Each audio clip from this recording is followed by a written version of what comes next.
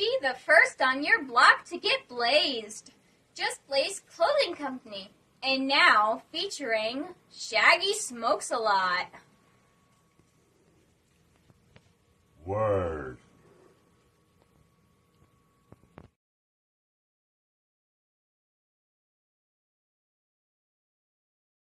Of the major gangs. You heard it straight from the mouth. Ain't she a stinker? I think it's awesome. I forgot that commercial. It's funny. That art tells me something. I can take one elbow and put it on the wall, and outstretch my other arm, and I can touch wall to wall.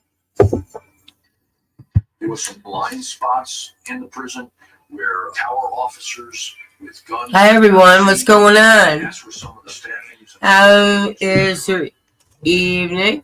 I'll just come on. Come on. How's your evening?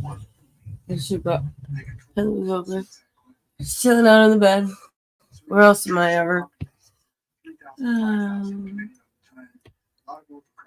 It's been a good day today. Believe it or not. Oh, would you like to tell them the good news? What good news? Where are we going to? So. Oh yeah, that's right. We just got tickets to go to the New York's Cannabis Fest in Afton, New York at Echo Lake. See you there, yo. Y'all, I was gonna be there. I gotta text my girlfriend, tell her because she's gonna go. I think she's going one of the days or some of the days or whatever. But we're gonna go. We decided that's it. I don't have any medical obligations until after that, and this was like the last opportunity, so I'm pretty stoked. Pretty fucking stoked. So I gotta. Oh, that reminds me. I do have to do text my girlfriend. So I will do that right here. I wanted to text the ticket. I did take a screenshot of the number, but I couldn't print the ticket. I have a hard time trying to print them because that website, Google doesn't accept the whatever of something, so I have to. You'll call your girlfriend and have her see if she can help you. Yeah. I'll show. Wait. I'm gonna put the screenshots. Festival, here we go! Festival! Festival, see you at the festival. Oh, be glad, baby. So all night. When it comes down, I get my hands on this time, yo. Fuck yeah. Looking for some dab. We are going to definitely be more prepared this time than we were the first time. We know what to bring. We know what not to bring. So it's all good fun, and I'm excited. Very excited. What the fuck was I doing? Screenshots. Photos. Here we go. Jamaica, think it through. Police chased the New York warrant out for a Steele County Sheriff's Office. Warrant. Doctor said the only reason they didn't kill us didn't puncture Lauren's heart was because TJ and I both had so much muscle on our backs. Events like that. Right there. What to bring? We know what not. But the Mexican Mafia came and were allies. So What's up, Dan? How you doing? Business. It's because you're in business together. You're making a lot of money and you don't want to stop that. Hello, ticketing.com. Money is green, and really there's no color when it comes to money. So you often find that these racially motivated gangs are willing to put all of that.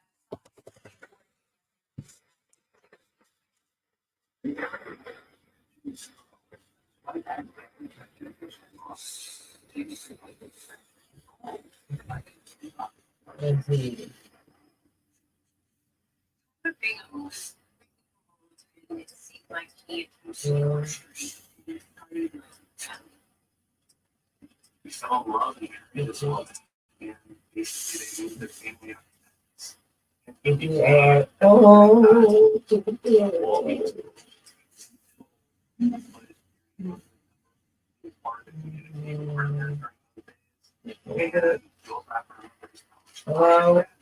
together.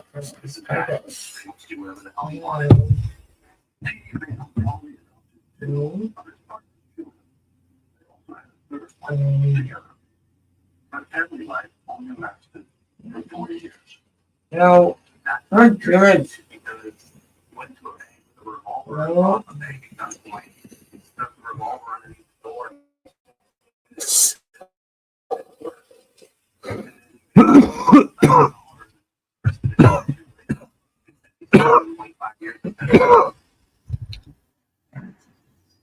That's not surprising considering that, he started engaging in criminal activity at the age of 9. And so he has a lifelong history of this pattern. It's really the only thing he knows how to do.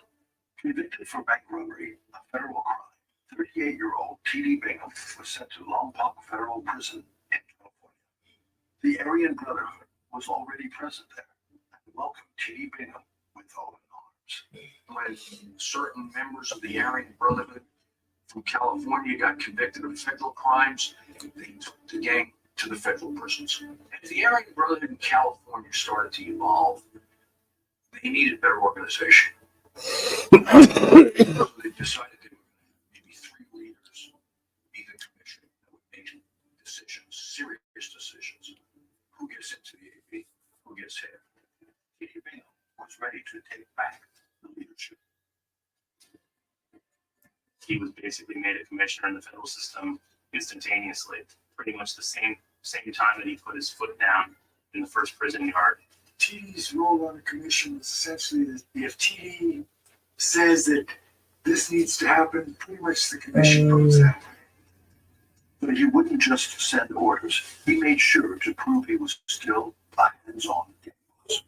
When TD got to Lompoc, he learned that there was an individual there that was marked for him, and he didn't hesitate.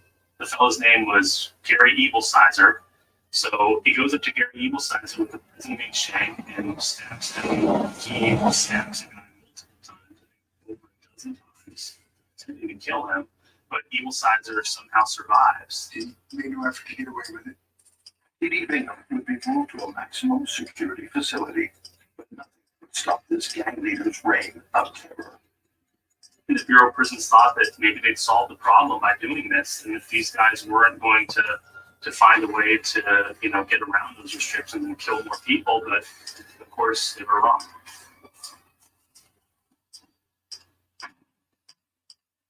One of the leaders of the Aryan Brotherhood was back in prison, and he immediately asserted his power.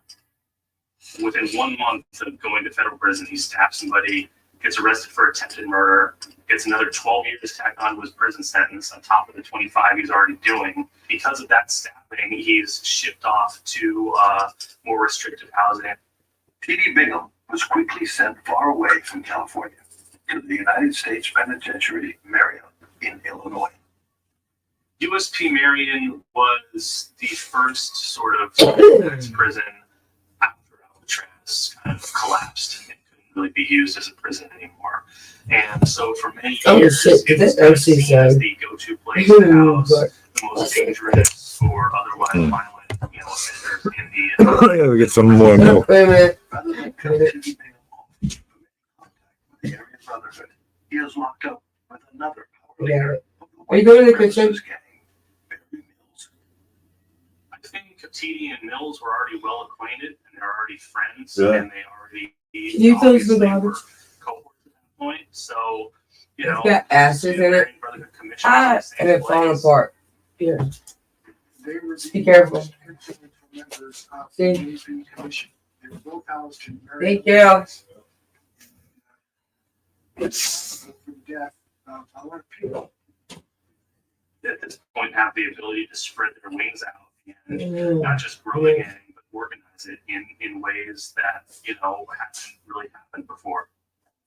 Now they're all across America and they're recruiting people who have never been to California into the Aryan Brotherhood, and all of a sudden it turns into, California prison gang to something with a nationwide reach. The gangs are very sophisticated. You can't take them lightly. This is supposed to be Every time that law enforcement adjusts to how prison gangs operate, they would adjust and change their method of operation.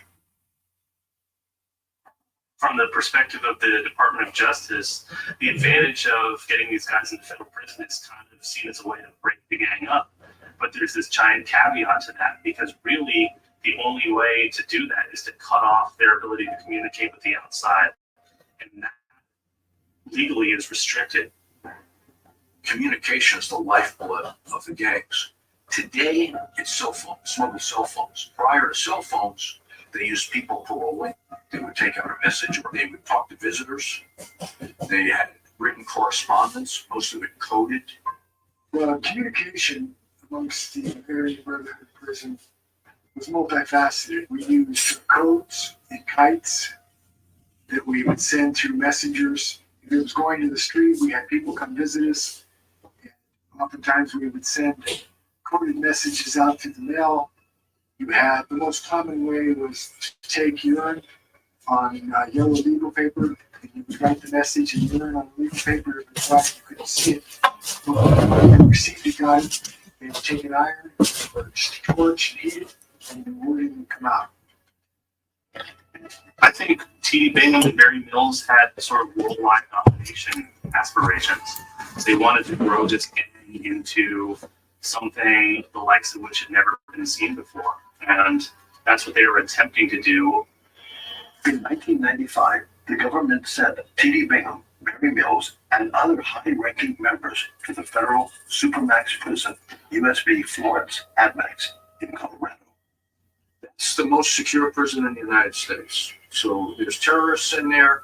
There's gang leaders from all over the country. Well, they got moved to ADX because the Federal Bureau of Prisons wanted to restrict their ability to communicate and order AB members throughout the Federal Bureau of Prisons system to do different, acts of violence. So they moved them to ADX to restrict their ability to communicate. The caliber of individual there you have are jihadists. I think the idea there was to essentially cut off the head of the snake via that isolation. It's pretty isolated. Their mail is heavily censored. I don't believe they receive contact visits or they receive video visits.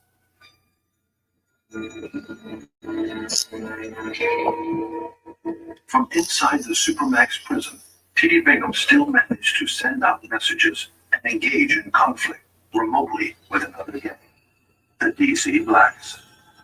There was plenty of violence between DC Blacks and the Aryan Brotherhood. But there were murders back and forth. We kill one of ours, we kill one of yours, type of thing. And then the tension came to a head where the Aryan Brotherhood's commission, decided like, hey, are we gonna call an all-out war here? There was a number of notes that went out, but the note that came from T.D. Bingham basically just said war with DC Blacks. It was written in invisible ink, and it was attached to a letter that just had a bunch of written on it that was totally innocuous. If you know how to read it and you reveal the invisible ink, it's really a kill order. T.D. Bingham declared war against the DC Blacks gang at the federal prison Lewisburg in Pennsylvania. It kicked off a number of other stabbings. I think 2 murders and 2 other attempted murders that same day in Lewisburg. The letter was written in ADX Florence, where T.D. Bingham and Barry Mills were already housed. And it did underscore how dangerous he was, because he was able to write, a couple letters on a piece of paper and kick off basically a nationwide race war within the prison system. There are a number of ways to communicate. Is You it? and I can stay A and look message at to each my other Kelly. and use Morse code with my eyelids. Here's the thing. When you have nothing else to do, sit in your cell and see ideas that will circumvent that which they're attempting to impose upon you. Sooner or later, they're going to find a way to circumvent that authority. In 2002, the government finally indicted several members of the Aryan Brotherhood, including Bingham, under the Racketeer Influence and Corrupt Organizations Act, known as RICO. RICO is a federal statute that was originally used against organized crime back in New York, New Jersey, and Chicago. They used it against the La Cosa Nostra. And it's based on a conspiracy. It's a very, very effective way to prosecute. Maybe come across some Alpoco the federal government indicted Alpoco. Yeah. seeking the death penalty against 40 individuals. That's pretty damn significant. I had just retired, and they brought me back to organize the security for that trial. Because we had 40 defendants we had to keep track of. I think we had 70 defense witnesses we had to keep track of. And we had over 100 prosecution witnesses. One thing is the AB is known for is they always want to escape. So we were always dealing with escape plots. The death penalty was on the table. Okay, so the AB was saying, hey, if any AB member gets executed, they'll take out 4 or 5 cops. Well, during the course, and these RICO prosecutions take a couple of years. During the course of this, several prosecutors changed. They decided to take the death penalty off the table. The RICO prosecution of the Aryan Brotherhood was an absolute failure. They failed at that. The best they could get out of that was life sentences. Life sentences for individuals that were already serving life. So that was the expenditure of millions of dollars so that they could have another life sentence added onto their life sentence. In November 2006, T.D. Bingham and other AB gang members were convicted of violent crimes in aid of racketeering and murder. Bingham received a sentence of life without parole. Bingham remained at the Supermax prison, USP Florence Admax, in Colorado.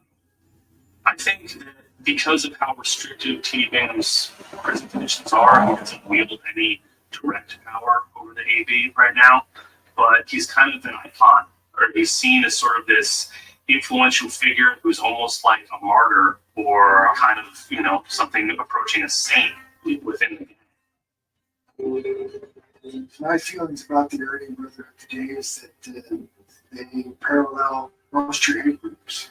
I despise it. I despise the idea that young minds are being influenced by individuals who, by my best estimation and opinion, are sick in their own minds. What makes T.D. Bingham one of the most dangerous prisoners in history is not his ability as a fighter, which was pretty incredible, but what makes him so dangerous was the fact that he could literally just write a couple letters down on a piece of paper and have somebody killed thousands of miles away.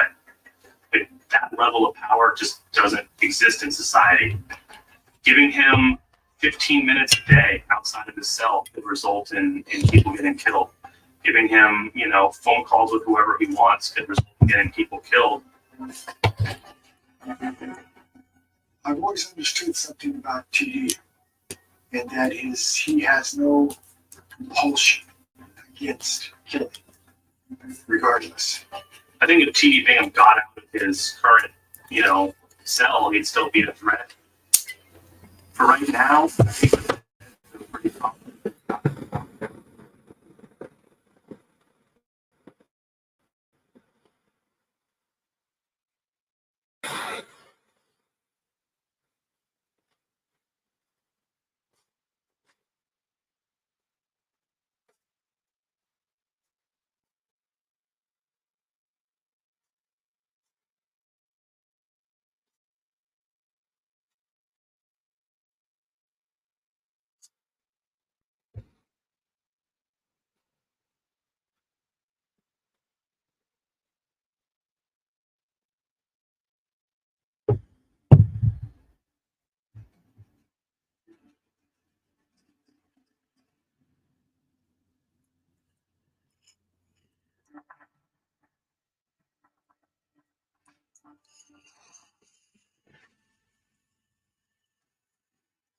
Can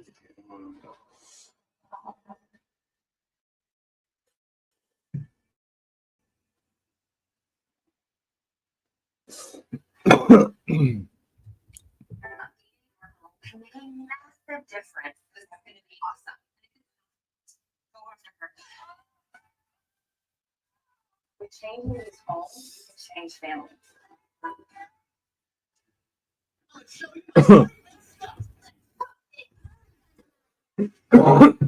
What's up? What's up, whoever's watching? What's doing? I don't see the numbers. I don't see the name. Yeah.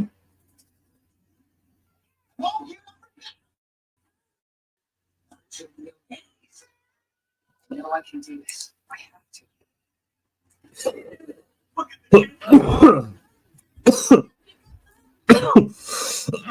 Shades of Black. We celebrate Black culture. Yes, with big stars and epic movies.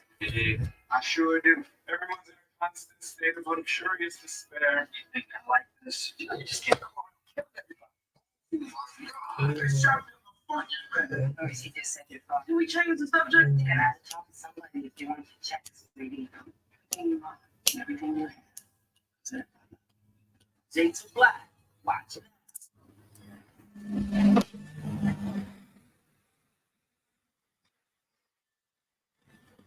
We always define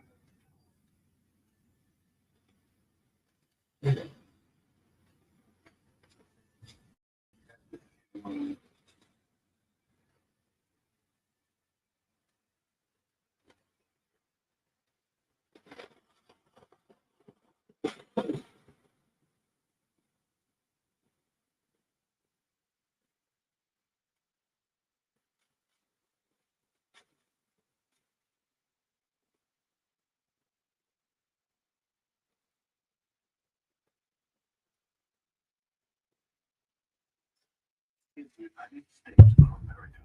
One of the world's most dangerous and Salute. behind bars.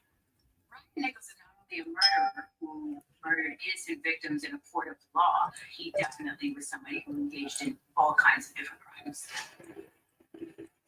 While on trial for rape, Ryan Nichols put on a rampage. He hit her so hard that her head was against the cinder block wall, knocked her out. Unfortunately,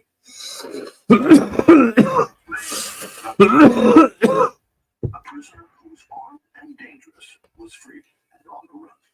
He forces his way into a brunette woman's apartment. I was concerned because she was now out. I then called my wife and told her to get our daughter out of school. He's just willing to mow over anyone who gets in his way. So he's absolutely still dangerous, no matter where he is. Ryan Nichols suddenly claimed the top spot in America's Most Wanted. Ryan Nichols assaults a deputy, steals her gun, then hunts down and murders Judge Roland Barnes and his court reporter. Outside, Deputy Hoyt Teasley is shot and killed by Nichols on the sidewalk. Even when he was securely locked behind bars, Ryan Nichols posed a serious threat to everyone he met. They moved from place to place. They do not let the same guards guard him for a long period of time because they don't want them to get too comfortable with him. And if he gets out, there's no telling what he might do. Damn.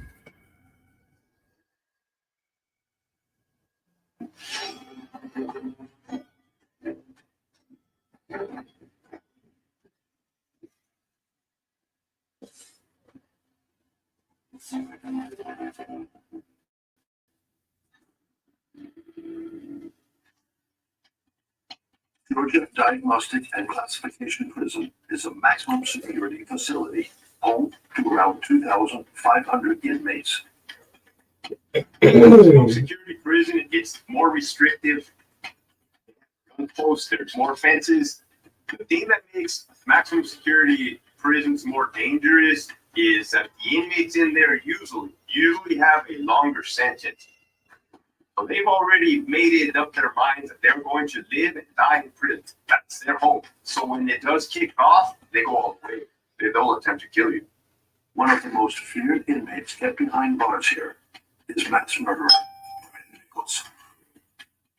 I think he's a kind of person that's always thinking, always analyzing, always looking for the crack in the wall, always looking for the light, through the door. I think Brian could be a potential escape risk.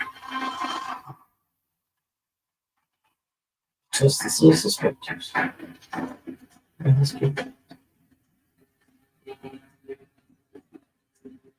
I think if Nichols felt cornered, I think he would very possibly kill again.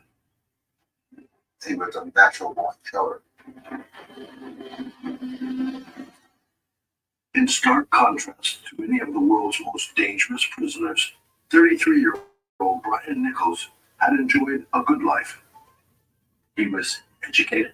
He was employed at a pretty good job. He was pretty good at it. He was living a successful life. But everything changed when he was accused of rape and aggravated abuse by a former girlfriend. He was facing very significant jail time. He got convicted of any number of the counts that were lodged against him. Nichols' behavior in court made everyone nervous. Before I left the house, I remember the last thing I said to my wife was, "I don't feel safe." And I go, their fears were confirmed when Nichols suddenly turned violent. And one of the deputies went into the lockup with a gun. At that point on, it was so hard that her head went against the cinder block wall, knocked her out. Now, on the loose in the courthouse, Nichols went on a killing spree. Judge Barnes must have seen him coming to the main room. Brian shot Judge Barnes in the left side of the head. He then took his rampage out onto the streets. There was a house with the door open, and there was a federal agent, and they were working on his bathrooms. He ended up killing the man. Shortly after that is when he kidnapped the girl. Something happened that made him go from kind of a regular person to somebody who killed more people.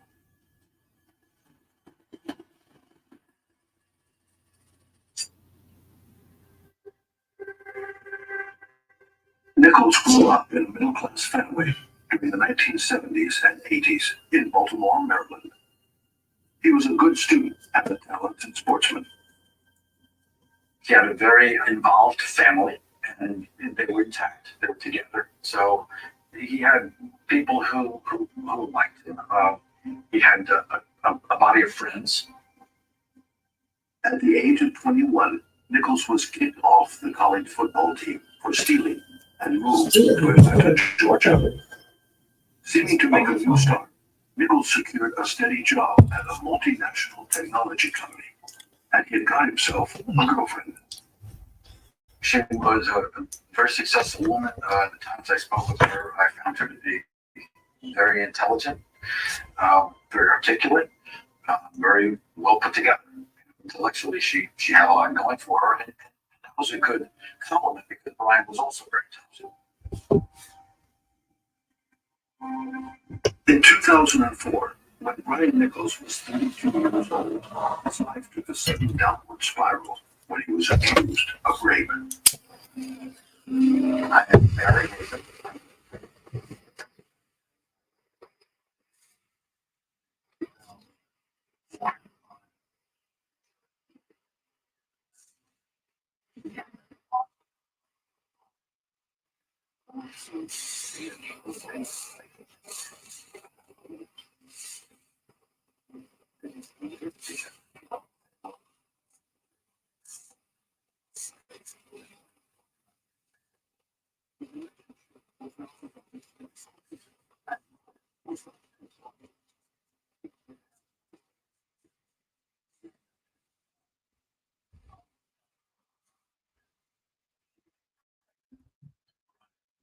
And that created a lot of turmoil in Brian's relationship. Brian's girlfriend eventually left him, but Brian was not ready to let her go.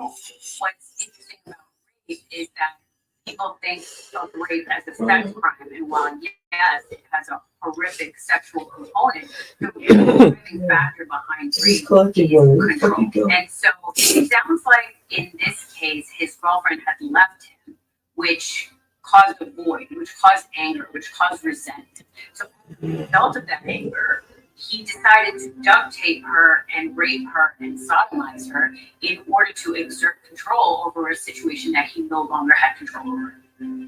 The first time I met and saw Brian was at the Fulton County Jail. He was being held without bond. The conditions at the Fulton County Jail were not very good conditions at all. The jails I go to, I think it's probably the least desirable place to be. Inmates that end up in county jail can be anywhere from getting a DUI, driving under the influence, murder, rape, molestation, robbery. We spent probably an hour and a half talking back and forth about the facts of the case. With clients, sometimes you build a relationship right away. Sometimes it takes a while. But with Brian, there was a bond. Barry Hazen knew Nichols faced significant jail time as he had been charged with a number of offenses. I think there were about 6 or 7 counts altogether, but of course the biggest one was rape, which could get you a life sentence in Georgia. And the aggravated assault was very serious. That can get you up to 20 years in Georgia. The others were less, but they were serious. He was facing very significant jail time if he got convicted of any number of the counts that were lodged against him. I knew it was going to be a challenging case because any time that you have a sex-related case, a rape case, you're walking uphill with a rock. But I liked Brian. I found Brian to be very intelligent, very articulate, very warm with me, very respectful of me. And I believed that there were sufficient facts to work with to be able to defend Brian. But there was one issue about Nichols that niggled Barry. I thought that Brian was very taken with himself. I think that Brian had perhaps certain narcissistic tendencies. I didn't think he was mentally ill, but I thought that there were certain issues that I needed to take note of. On February 21st, 2005, the trial started at Fulton County Courthouse. Despite building a strong rapport with his client, Barry quickly noticed there were red